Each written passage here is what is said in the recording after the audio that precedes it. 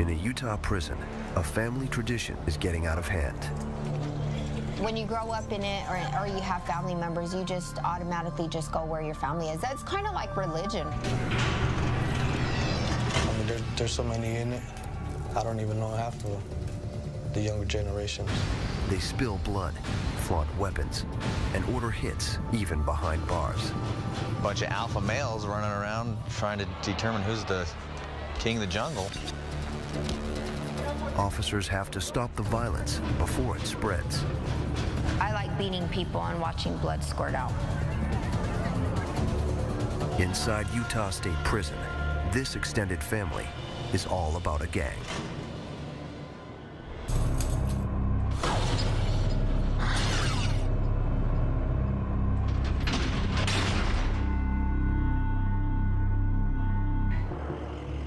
It's 8 a.m. at Utah State Prison. Newly sentenced inmates arrive. Lieutenant Dale Whitney steers them through reception and orientation, called R&O. One of the problems with running an R&O unit is when these guys come through the front door here, we really don't know what their crimes are. We don't know if they're violent offenders. We don't know if they're sex offenders. We don't know if they're coming down off of dope. We don't know anything about these guys. So that makes them a little bit more unpredictable. This full-service facility sits at the base of the Rockies. Inside live 80% of the state's incarcerated. The massive complex houses all security levels, from thieves to serial murderers, and contains its own mental health facility. USP is also home to the state's most dangerous women, over 400 of them. Their records as varied as the men's. But the biggest challenge in this prison, controlling gangs. Out of nearly 4,000 inmates, over 1 in 4 have gang ties. Problem with having gangs inside an institution is they start to click up. They start to develop their own little societies inside the prison. They start to get involved in the smuggling trade, like trying to smuggle tobacco or drugs into the institution. They run a little, almost like a mafia type organization. Okay, I need you all to move down here. I would say the largest percentage of the inmates that come through the gates of the prison, if they're not in a gang when they get here, they're probably going to join one before they get out. To prevent gang fights, the prison locks new inmates down. For the most part, it's 23-hour lockup. Your recreation will be inside the sections. Okay, anytime you come out of the sections, you will be in restraints. One of the most important forms that we need you to fill out is the body disposition form. Please fill that form out completely with a name and an address and a phone number of somebody we can contact in the event that you die while you're inside the institution. My suggestion to you guys is if you're gang affiliated, you better put that in check, and you better put it in check in a hurry, because your time here will become very difficult to do. Okay? Stay out of the gang crap. USP has a long list of gangs. The Sureños, Crips, Aryan groups. Most began as street gangs. Behind bars, rigid codes keep members in line, disobey gang leaders' orders, and face bodily harm. Gangs like the California-based Sureños are notorious for violence. Behind bars, they created a criminal empire by forcing smaller Latino gangs to join them. Today, their membership is in the tens of thousands. Gangs at USP caused violent incidents to spike, nearly doubling in just 5 years. It falls to Sergeant Tracy Skinner to locate the gangbangers and keep them under control. Inmates and gangs use hand signs like these to show their allegiance. But that doesn't make rounding up active gang members any easier. It's Sergeant Skinner's job to pull out these gangsters from general population and put them in a special housing unit. This is what Skinner calls fishing.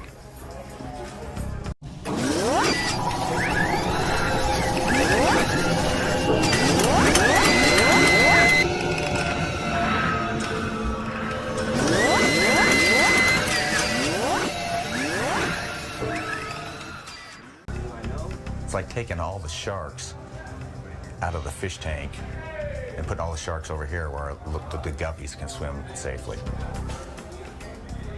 We're gonna come and see if we can find, any gang activity, gather any intelligence that we can gather. First, Skinner must find out who's a gangster.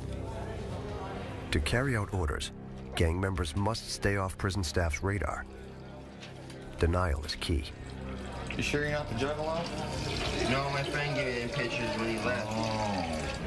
The thing I'm interested in is the swastika. I'm not. I'm had nothing to do with it. It looks like a crypt to me. So I don't gangbang. Don't be me. Where's your house at? Skinner's primary technique, casual conversation. Don't play his card. The goal, reveal gang connections. We try to talk to them like they talk to each other, because they associate with it better. He hopes to get inmates to open up. They can try to get with us. Did you hear about what happened over in New Windows? No, what happened? Oh, Serenos and Tracy's got it on over there too. It is a game, it's a cops and robber game. They're playing it with us, we're playing it with them. It's a big game. Skinner's next step, sift through inmates' pictures, drawings, and letters. Gangs communicate in their own way. What do you got? Oh, that's not boy. This one uses a written code to keep their message under wraps. See what I'm talking about? Where's our Swazi? Oh, yeah. This right here is your runes. Who is it? So we got us one. 40951. We get the jackpot today. What we'll do is we'll continue going through stuff, get everything that we found. Just tell him, you know what, you roll up your stuff, you're coming with us right now. So he's going. It's already a done deal. This gangbanger is part of an Aryan group, one of many nationwide prison gangs here. The gangs in Utah, they're very serious because what they're doing is they're watching what's going on in California and they want to one-up California. But lately, it's a homegrown Utah gang that's been giving Skinner problems. Ogden. The Ogden Trace come from Ogden City, Utah. Though few in number, they are fierce in battle. On the street, this local Latino gang sees the California-based Sureños as trespassers on their turf. Our main gang problems right now is with Ogden Trace and Sureños. Police have their hands full with gang violence. Every weekend, I'd say we'd have at least a shooting. And they start shooting, I was just ducking like this. Boom, boom, boom. And when the Ogden Trace gets behind bars, their gang problems come with them. If they meet the Sureños, their archenemy, their gangs demand, respond with violence. It's getting worse. The Ogden Trace won't back down. It's blowed up. I mean, there's so many in it. I don't even know half of the younger generations. Robert Terrazas and his friends founded Ogden Trace when they were 12. He's been in and out of prison since the 80s. This trip is a 15-year sentence for getting caught with guns. I was there from day one when it started. A lot of people know that. I get the respect for that. When we was growing up, it was just straight, fighting with our hands, clubs, knife, whatever. The Ogden Trace's hallmark, loyalty so extreme, membership passes from gangsters to their families. So we was fighting for territory. Before you know it, it's just grudges, people killing each other. So it comes down from family to family. Robert's own niece is a member of the gang. Meet inmate Natalie Terrazas. This is her second trip to prison. The mother of 5 is now serving a 2-year sentence for assaulting an officer. Relatives surround her in Ogden Tracy and in prison. So I have 10 family members here at the Utah State Prison. There's 3 generations of Ogden Tracy. It's escalating. It's like getting bigger and bigger. The population is getting bigger and bigger. When you grow up in it or you have family members, you just automatically just go where your family is. That's kind of like religion. Natalie says her gang activity began with a violent initiation over a decade ago. It was when I was 11 and I got jumped in by 5 guys. Some of these men were involved. They just sit there and they just beat you. You just fight back. They do it for 13 seconds. They knock you down, but they didn't really knock me down. I just kept swinging. You just keep fighting and fighting and fighting until the 13 seconds is up, and then you party afterwards. The youngest gang members are called Pee-wees. Natalie says she carried out her first assignment, a drive-by with a gun, at age 12. That was the first time I shot at somebody. It knocked me back. It was actually pretty scary, because I didn't really ever hear of gunfighting. I mean, you hear about it all the time on the news and stuff, but actually being the one that shoots the gun, it gets your blood going. It gives you a rush. Natalie Terrazas admits she had a history of drug addiction on the street. Now, she's 27 years old and has a long criminal background. The inmate's just 5 feet tall and is guilty of theft and assault on an officer. I was on the run from Kiesel, and they came and arrested me at my mom's house. Natalie wasn't compliant. She kicked an officer in the face, splitting his lip. Like other Ogden Tracy members, Natalie says she puts the gang first, even if it costs the custody of her 5 kids. I have 5 kids. Oh, I lost my parental rights. My other 4 kids got taken away in 1997 due to gangbanging, due to me stabbing a female. So my kids were put in state's custody. I was still a kid. I didn't know how to love. I was too caught up in partying and stuff like that. Natalie's youngest child, a 3-year-old girl, stays with relatives. But if Natalie gets into gang trouble on parole, she could lose her daughter. My youngest daughter is the one that I'm trying to get it right with. With her parole just weeks away, the committed gangbanger must choose between the gang and her baby.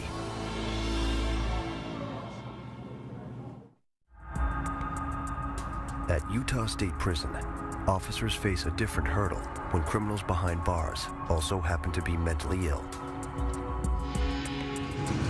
150 inmates live here, the Olympus Housing Unit, Utah State Prison's mental health facility.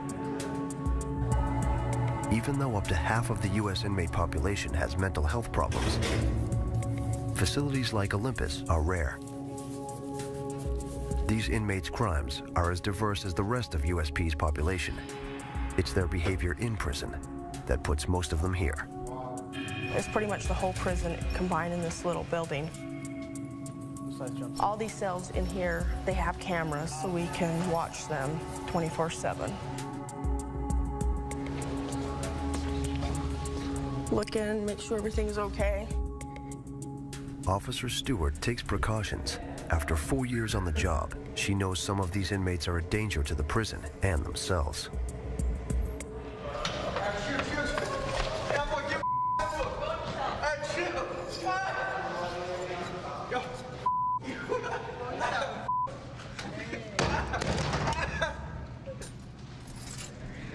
These inmates, they can switch on a dime. They're mentally ill. You don't know, one day they're taking their meds, the next day they're not. They can become very violent. In extreme cases, unstable inmates spit on staff, tear up cells. But they'll bang on the door, come off the hinge, and hopefully it won't. And mutilate their bodies.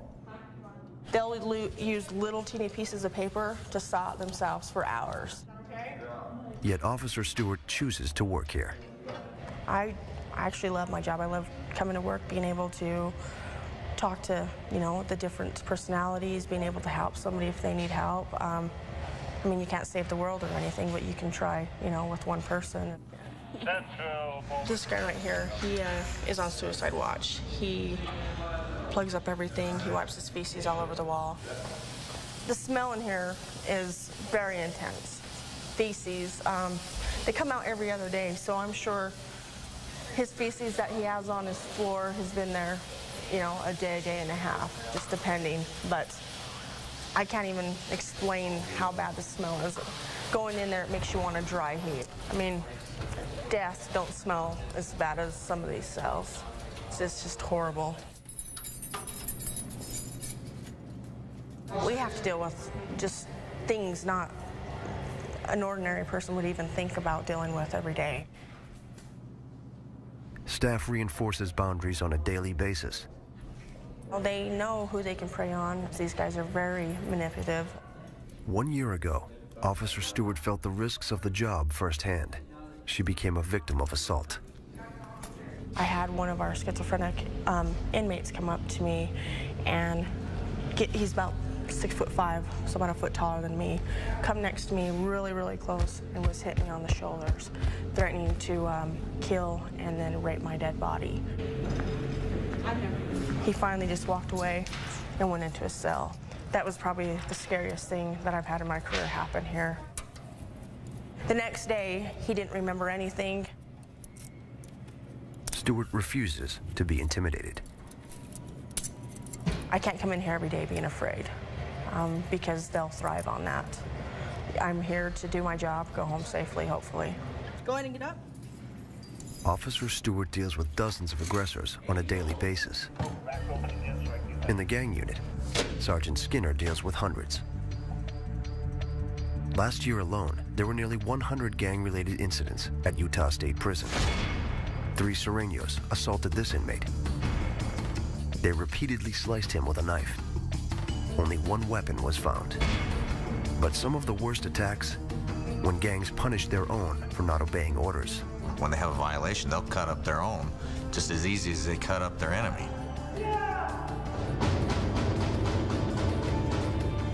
The prison's response to gang violence isolate the active gang members in special housing units. They're called Security Threat Groups, or STG. Active gang members were everywhere. So what we've done is we've tried to contain all the active gang members here in Okafor to try and reduce the violence. They lock down inmates in their cells up to 23 hours a day. Automated doors and segregated cells separate rival gangsters. This is our control room. This is where we control every cell as far as each person that lives in each cell. We can control it from here, opening the doors. We never open more than one door at a time. Mr. Hansen, what's going on? The prison reserves STG for the most dangerous gangbangers. Today, Skinner meets a new arrival. Where are you from? From Centro City Locos, Ogden 13. Inmate Nate Hansen is a self-proclaimed Ogden Trace. At 28 years old, he's already a career criminal. He's in prison for 4 years and has been an active gang member for over a decade. Have you got anything in there you shouldn't have? Anything gang related? We can't have gang stuff over here? I thought that's what this unit was for gang members. Oh, this is the gang unit, but you can't have any gang related paraphernalia. You're not over here to gang bang. Well, that's my intention. That's what I came here for. It's a gang bang? I thought you guys facilitated No, we don't facilitate that. So here's your rule book. Yeah. So you gotta read everything in there, all right? Don't want to be able to sell. Don't be Sureño killing or Central City Loco one anywhere. Skinner will segregate Hansen with other Ogden Trace. But first, he searches for gang contraband. He's got a scrap killer. Scrap is a derogatory term for Sureños. Their enemy is the Sureños. Gang communication can foreshadow activity, even violence. Yeah, it's gonna cross out as. If we find any of that stuff, he'll get right up the stuff, all right? So, no more of that. Anyway, How long have you been from the Central City? Most inmates deny gang ties, but Hansen speaks proudly about the Ogden Trace. 15, 16, since I was about 13, 14 years old. How old are you now? I'm almost 30 now. Don't be beating anybody up. If you get in a fight, you're gonna go straight to max, no question. Hansen disregards Skinner's advice. He talks about fighting the Sureños at any opportunity. I'm gonna go for it. You're gonna go. We're gonna go heads up, whether they want it or not. Wow. It's on site. We're definitely at war right now. All right, go ahead and roll up your stuff. Just wait for that day when I get around somebody I can deal with. Let's put you in your house. That's all there is to it. It's a waiting game. Always keep your eyes and ears open. Skinner keeps his eyes open too. He'll get more cell searches than other inmates will. We'll watch him closer when he's out on rec to see who he's associating with, talking to. We'll listen to his phone calls more. He knows that with the Ogden Trace, it's not a question of if violence will occur, but when. Out in general population, inmates have more liberties. Recreational yard time is a prison luxury. It's the one place where male and female inmates interact. This is the matchmaking hour at Utah State Prison. What's that little short mama's name? Is that But they directly contact one another. A single chain link fence divides them. Right now, this is the walking program. I guess they get out there and get their exercise. But for us, it's the stalking program, because that's all we do is stalk them. Can't go a lot. Hopefully make some eye contact, you know what I mean? Just wag them down right quick when the cops ain't looking. Being out of physical reach from one another doesn't stop them from chatting. The most popular way to talk on yard is with sign language. Inmates call it flagging. Officers don't condone it, so inmates hide it from staff. Like, this means from in the streets, there's different things. This means I love you, you know what I'm saying? This means I want to hug you, you know what I mean? Holding your hand, hug, yeah. Just stuff like that. But if you want to get specifics on it, then you just spell it out, you know what I mean? These broads are good at it. Leslie Cano, the cousin of inmate Natalie Terrazas, can speak it. I mean, if you're gonna do the alphabet, you always go back, you know what I mean? Backwards. Everything's backwards. So if you're gonna do the B, you do the B like that. The C, and then the D, and then you do the E, and then if you're gonna pause, that's a pause. They keep moving. It's like the little entree at the restaurant where the pie keeps circling. That's what we're doing. We're looking at the pie circling. You get to pick which one you want. If you can't get that one, suck it up and find another one. If you get a hit, she'll let you know. You'll be like, hey, mama, what's up? Can I write you?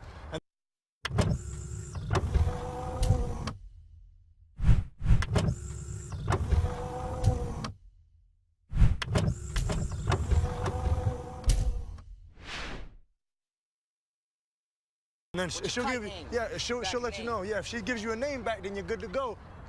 And we got some ugly ones coming too. Damn. That's the pie I was talking about. There's no good pie.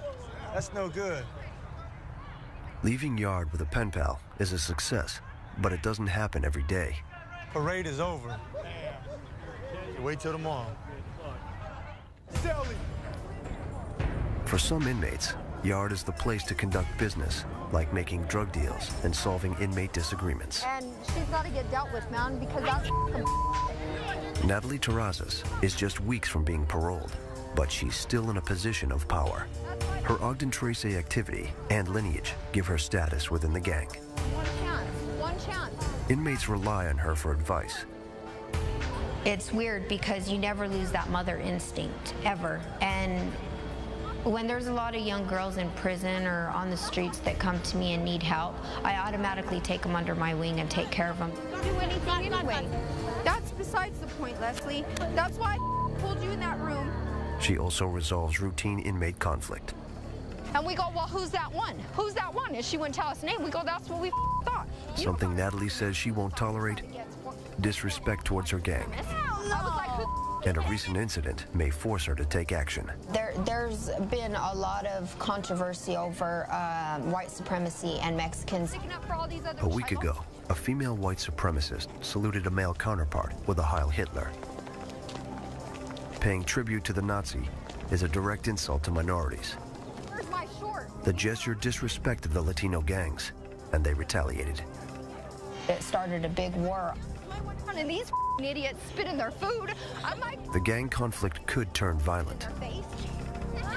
she's a lame. Today, as a dedicated Ogden Trace, Natalie is obligated to settle the dispute. I'll do anything when it comes to taking care of one of my fellow people that belong to Ogden Trace. There's no boundaries. Natalie can try to deal with the female inmate, but the male's out of her reach. To inform her fellow gangbangers over the fence, she'll smuggle them a note about the Aryan's action. To survive against bigger gangs, the Ogden Trace has to be ready. You, Leslie, when you... But an upcoming attack is going to catch everyone off guard. Then what did you say to her? Did you just let her... At Utah State Prison, gang hostilities have simmered for months. Now they boil over. 9:30 p.m. in the Security Threat Group unit, home to top gangsters. A surveillance camera looks on. 2 custodial crews clean the floor. One is the local Ogden Trace, the other, the Sureños. A door normally separates rival gangs. Now, it's open. The enemies collide. They break into pairs for one-on-one combat, beating their opponents with mop sticks and a toilet brush. All 4 suffer injuries. 3 inmates' cuts are so deep, they spend time in the infirmary. A severe assault like this prompts an emergency clampdown. One cell at a time. The prison raids the unit. Ready, Big Red? Shakedowns like this normally happen twice a year. If you're gonna wear it out, hand it out. Come on, strip. Their goal? Make sure inmates aren't hiding weapons on them. Lift your arms. Lift your sack. Turn around, bottom of your feet first. Or inside their bodies. Okay, bend and spread. Okay. Next, Sergeant Noor and his officers comb through the cells. We check everywhere in the cell. There's a lot of hiding places in a cell. I mean, they've got 24 hours a day to find these hiding places, and we just got to keep up on where they're hiding these weapons.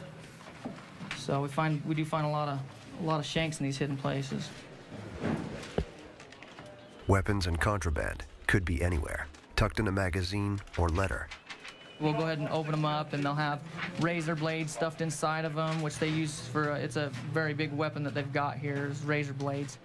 And even concealed in a vent. We go ahead and check them. If we can find anything, we have little pieces of metal that we can dig in here and try to retrieve the shanks or whatever they have hidden in these vents. With so much time on their hands, inmates turn everyday items into weapons, even paper. Moisten, compress, and mold it, and inmates have a rock-hard bludgeoning device. This is what's called a water stick. They hit pretty hard. It's just like getting hit with a baseball bat. So I've seen some pretty bad wounds with water sticks, so we go ahead and take them too. So this is the sort of damage water sticks can cause. But nothing compares to the wounds inflicted by a homemade knife called a shank. Inmates craft these out of anything, even toothbrushes. Today's raid yields few weapons. What it does, inspire yelling. They're not happy because we clean them out pretty good. So they usually get like this after the shakedowns. Usually have a lot of problems afterwards, but it'll cool down. But inmates can easily create more weapons out of everyday items, like the meal packs. It is very easy for the inmates to make a weapon because we give them what they need to make the weapon. An officer stands guard as Ogden Trace member Nate Hansen willingly shows how it's done. A rare glimpse into inmate weaponry. He uses a plastic knife from the condiment pack and shaving blades. All you're gonna do is just get you something that you can hold like this. You know, all you need is a little bit. I'm probably gonna use this end, because that's a little bit short. Piecing them together creates a weapon called a slicer. The razor-sharp edge draws blood from his finger during assembly. You can see that'll cut you up real fast, boy. You put your slicer together in 3 minutes flat. That's just blades, just something to try to cut somebody. But hey, them just either scar your face up. You hit somebody right on the throat, you're gonna take them. Yeah, this is just one of the weapons. It's just one of the many that are out there, just out of household items. Just something thrown together fast. This is something that you can throw together real fast. Loyal gangbangers cause damage when ordered. Hanson's got the skills, and the prison knows it.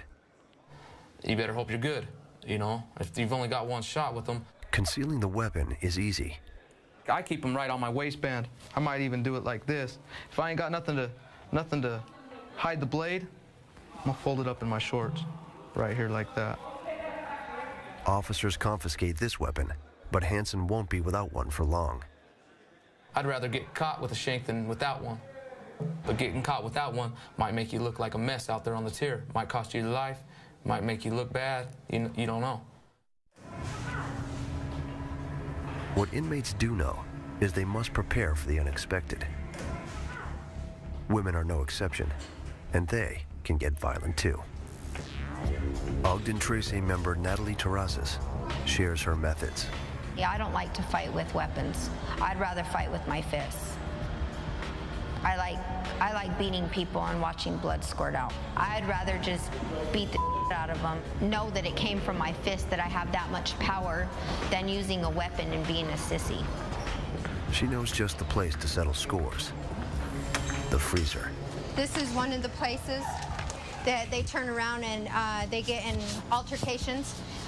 Sometimes we'll have somebody outside of this door watching for the police, wherever they're at or whatever.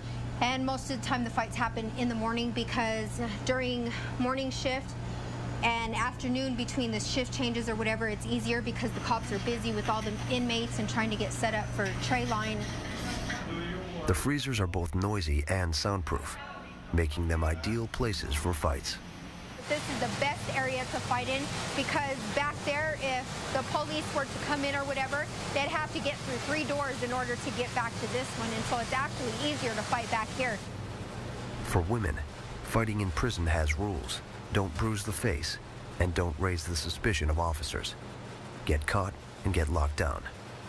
When you are trying to fight, it's mostly body shots that you want to get, because you don't want to leave any marks on your hands or on your face or on your body above the head, because then that signifies a fight. Despite the risks, Natalie's willing to fight. If anybody were to ever disrespect me or call me out my name or try to talk, then of course I'm gonna handle it. I'm not just gonna let them punk me. Today, she shows how she informed her male counterparts about the white supremacist disrespectful act. Just last week, she says she wrote them a letter. Natalie shares how she did it. I'm writing one of my homeboys over here in Temp 1, letting him know to handle this fool that turned around and disrespected. He threw a Hitler sign. So I told him to handle it in here, and turned around and told him and that he was talking and to handle that, and then let me know what he needs done over here. Natalie sent a secret message, called a kite, through an underground inmate mail system. The only reason why we normally tape them around this way is so that when they get to the homeboys, they already know that they're taped up. So that way, if anybody with them or tries to take them apart, they'll know from the paper being ripped or whatever.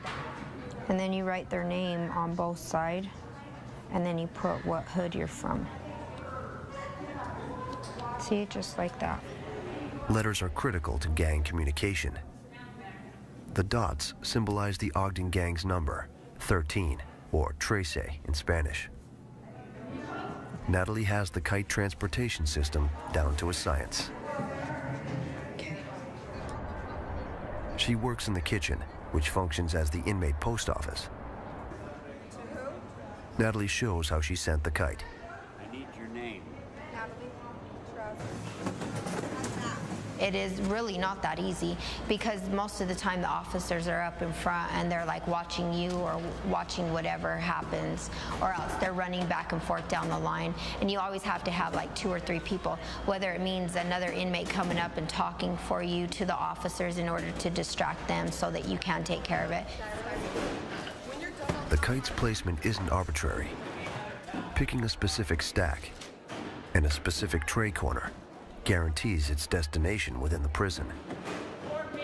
And when you're sending a stack, you make sure a stack is either in the right or the left-hand corner. When Natalie sent the kite, she knew she took a chance. 6 and 5. Had officers caught her, they could have postponed her parole date. If she hadn't sent it, the gang would have had their own punishment. I would get the beat out of me. 15 minutes later, it arrived in the men's unit. Inmates here pass the mail, as well as barter and trade goods from cell to cell. The inmate messaging system's efficient. That night, the male Ogden Tracy took revenge against the white supremacist. Natalie received word the next day. And then a white dude that was actually in Star 1 just got beat up for the same situation. We sent word to the homies, and he ended up getting beat up for saluting also. The Ogden Tracy letter reached its target. But next time, they might not be as lucky.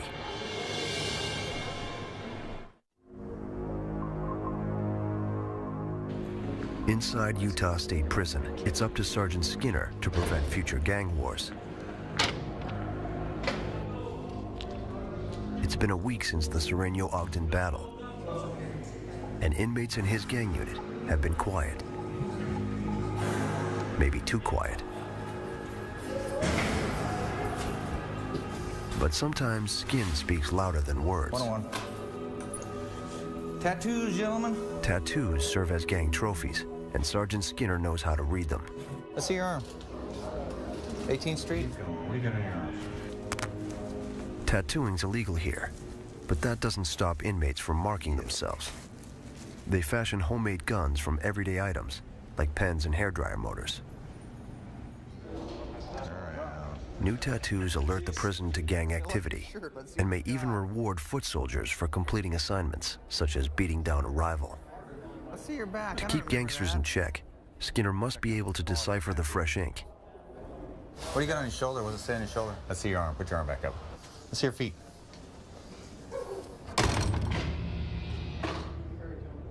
I know you're a tattoo addict. Hold on. We better take some pictures, too. 4 Control 205. Next, a visit to the Ogden Tracy weapons maker, inmate Nate Hansen. Serious? Nope. We just did this. If the gang's planning revenge on the Serenos, Hansen's probably involved. Hold on, we gotta strip out, so might as well get your clothes back off. See if you got any new tats.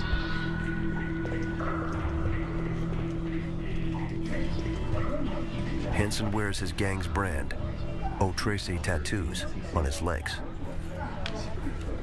They come here a lot. They know I'm active.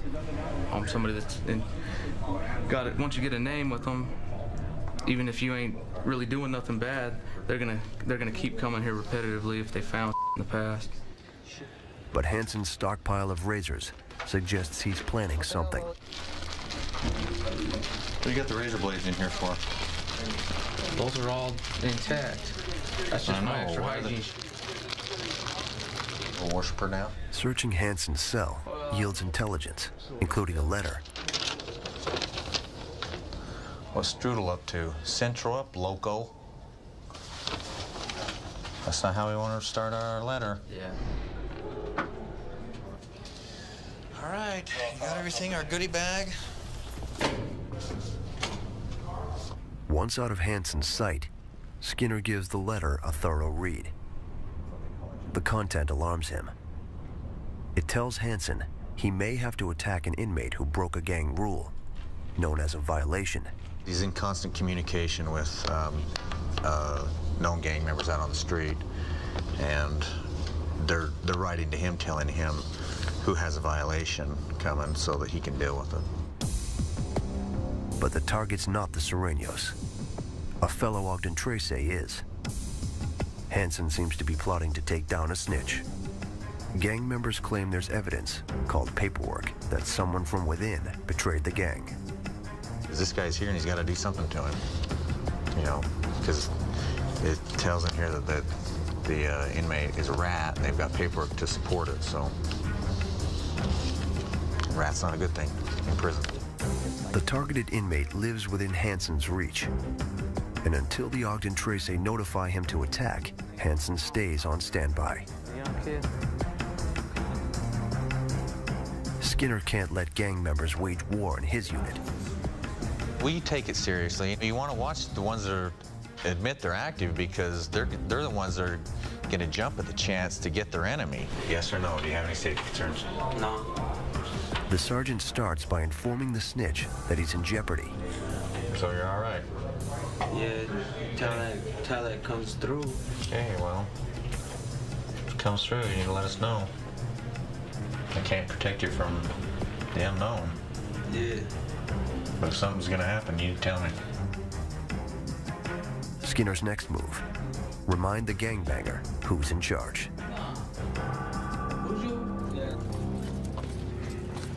Gangs are a threat to anyone who crosses them, even one of their own. Ogden Trace founder Robert Terrazas knows how ruthless his gang can be. They wouldn't hesitate to shoot you. They won't hesitate to whoop your. They're not going to hesitate about it.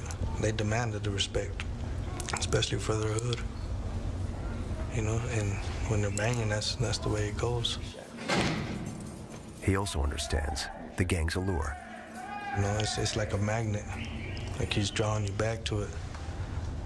And every time I leave, I come back. For one reason or another, I come back and I end up in here.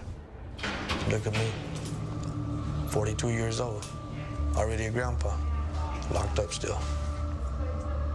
I looked up to my Uncle Robert. I still do. I love my Uncle Robert with all my heart. I look up to him a lot. He was my role model. I liked the way he handled stuff, the way he handled business, the way he put people in check. If anything, if I was messed with, he would handle it on site. With her parole just a day away, Natalie spends time with family and tries to prioritize her gang or her child. Just go out and be with your kids, man. How with everybody else? I'm stuck. To get her daughter back, she must stay out of gang trouble for a full year. I don't want my daughter to resent me. Me end up dying over a bullet wound or whatever and not thinking about her. I'm missing a lot in my daughter's life. She's only 3 years old, man, and she needs a mom because I don't want her to grow up in a gang. As a career gang member, Natalie's loyalty is divided and her choice is limited. But she's considering an option that could change her life.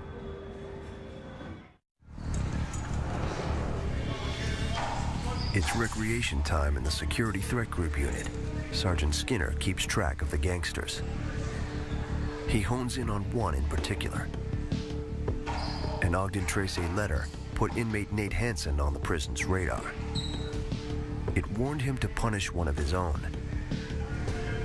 Now is Hanson's chance to attack the marked inmate. We're in the control room right now, and they can't see in here because we have the glasses got mirrors on. So they can't see in here, it's tinted. And they don't know who's looking at who or who's even up here. We're just looking to see who he's talking to, how he's interacting with other inmates, see what type of body language he has. Then, Skinner spots Hanson with the letter's target, the Ogden Trace snitch. Hanson's telling him his options. The sergeant studies the two for clues of a looming fight. Facial expressions and even glares can be telling. Skinner takes no risks. At the slightest hint of aggressive body language, he confronts Nate Hanson in his office. Okay. So we read the letter. What's going to happen with Mr. Me either. Huh? No me either. I'm not gonna do nothing. I don't have any proof. The gangbanger waits for paperwork. Gang slang for proof. Are you going to wait till the paperwork gets here? Once the final orders arrive, either Hanson handles it or someone else in his gang will. Let it catch up to him sooner or later on the streets. Well, he's still got time here. He's probably gonna get dealt with here and there. So you get the paperwork, you'll tell me? Yeah. I'll let you know. Go. Okay. All right. Head back in. Don't do anything stupid. Yeah. Okay. Skinner knows better than to trust the gang member. The prison strips Hanson's privileges to the bare minimum and limits his opportunities to attack. Most inmates here get 4 hours of rec a day, but he gets 1 hour, just 3 times a week, with only a handful of inmates. Getting a grip on gang activity is a non-stop battle for officers. You can't stop gangsters like Nate Hanson. You can't stop any gangsters. It's impossible. He's got tunnel vision, and that he doesn't see that there's other opportunities out there other than being a gang member. But new opportunities can overwhelm die-hard gangbangers. Inmate Natalie Terrazas is about to find this out. Today, she'll be paroled. The most important thing right now is to make myself better,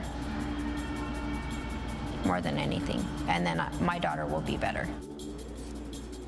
With one choice, Natalie alters her life after parole. She decides to stay in a halfway house and stay away from Ogden. So I asked actually to go to a halfway house in order to be on my own instead of just going home and messing up. I think I have a better chance of succeeding than going straight back to my hometown. 2 Easter baskets. I love Ogden. When I think of Ogden, I think of home, but at the same time, trouble. You know what I mean? With the capital T, because it's Ogden 13, just trouble. Natalie hopes to get a job and avoid gang trouble, but that might be impossible, even at a halfway house. Cream. I'm really nervous about getting out and going to a halfway house because of enemies. Because there's some girls that were just here a couple months ago that we had beef. That's what scares me. I hope I can be a better person and walk away, but at the same time, I know myself, and if it comes down to it, I can't say that we won't fight. I'm nervous. You'll be fine. Just do what you got to do. Natalie's aunts from Ogden walk her out. If you really want to change your life, you need to get out of Utah. Breaking ties with Ogden Tracy means breaking away from her family. But who's down for you more than anybody? Family, of course. Okay, then. But family's Ogden 13, so what's the difference? It's part of our family. That's how we grew up. So how do you really expect me to stop gangbanging and doing when it's all I've known? But you're still in that. You need to break ties if you want to make something out of your life. And I don't want to see you back there no more, Natalie. I know. It's hard, man. I look in the mirror every day and I'm just like them because now my daughter is going through the same thing that I went through when I was younger. Oh, I love you too. Because so much, okay? How could I really resent and be a hypocrite towards my family for being in a gang and doing what they've done to me when I'm doing the same thing to my daughter? 35930. 6780. Ready? I love you too. Natalie's been paroled before, and this time she's realistic. I can't say that I won't come back to prison though, because I don't know what the future holds. I don't know what tomorrow holds, but I know what right now holds.